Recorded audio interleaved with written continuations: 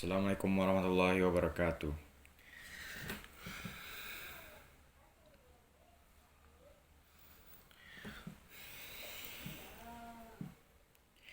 Alhamdulillah rabbil wassalatu wassalamu ala asyrafil anbiya'i wal mursalin wa ala alihi wa sahbihi ajma'in.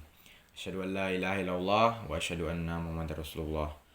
Allahumma sholli ala Muhammad wa ala ali Muhammad kama shallaita ala Ibrahim wa ala ali Ibrahim wa barik ala Muhammad wa ala ali Muhammad kama barakta ala Ibrahim wa ala ali Ibrahim fil alamin innaka Hamidum Majid.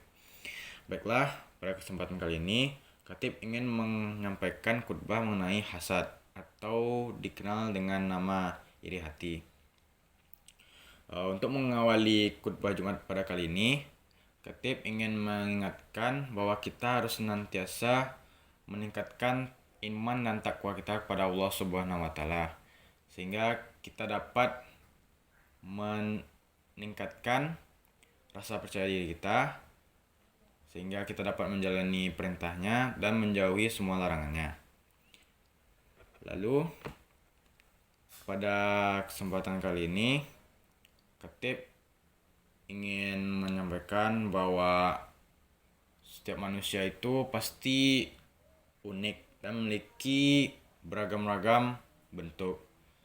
Dan manusia ini juga memiliki suatu yang lebih daripada makhluk-makhluk yang lainnya, di mana kita memiliki ruh, akal, hati, dan nafsu.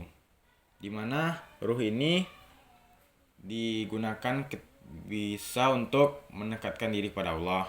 Lalu akal, di mana kita bisa berpikir dan bertindak untuk melakukan sesuatu.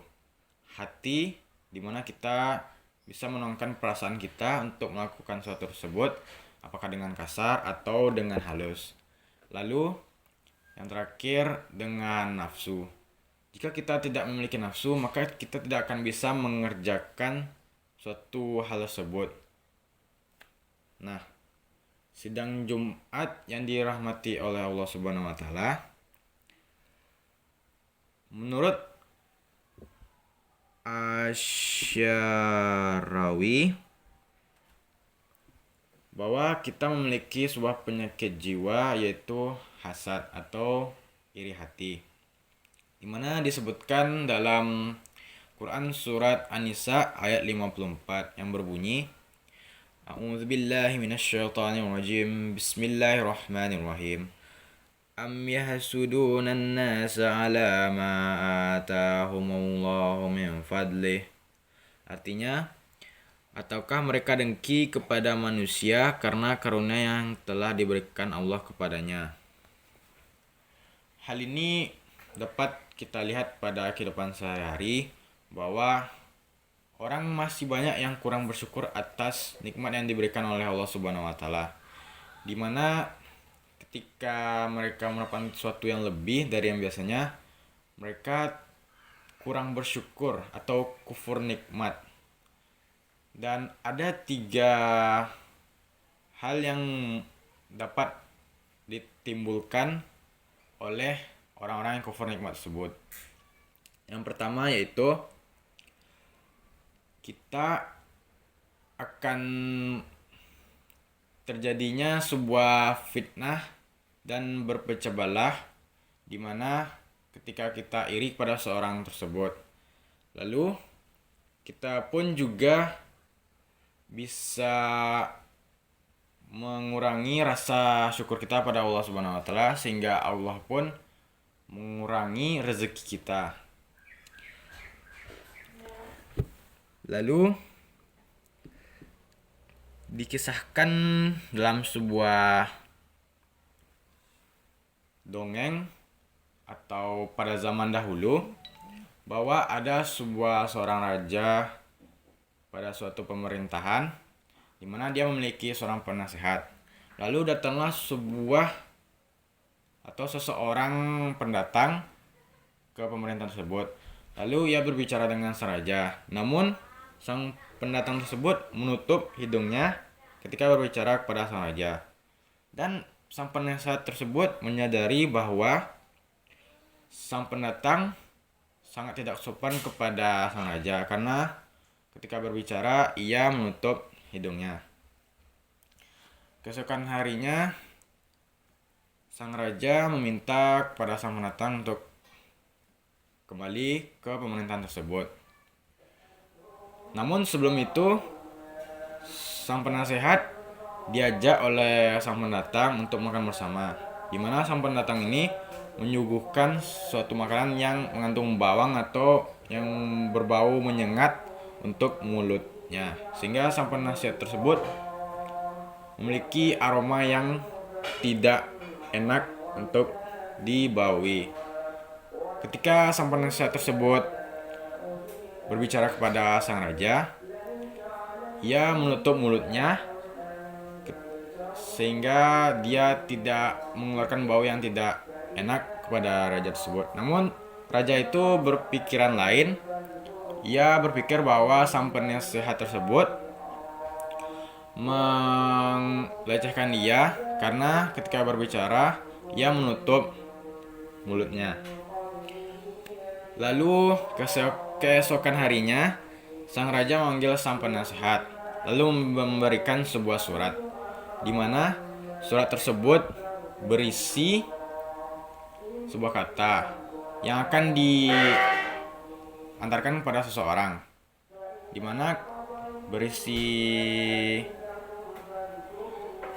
bahwa orang yang mendapatkan surat ini harus dipenggal kepalanya dan dibawa kepalanya kepada sang raja.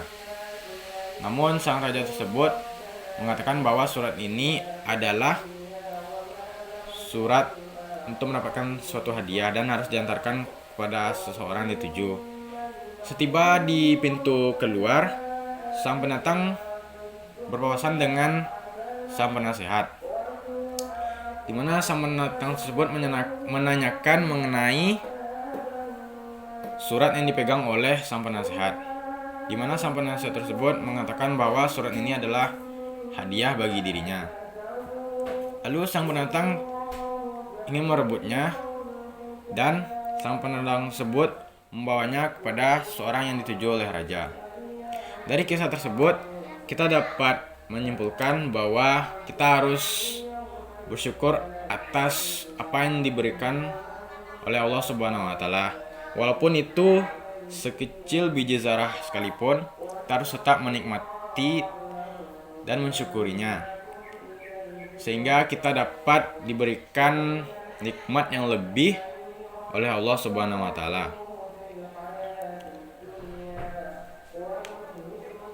Baiklah.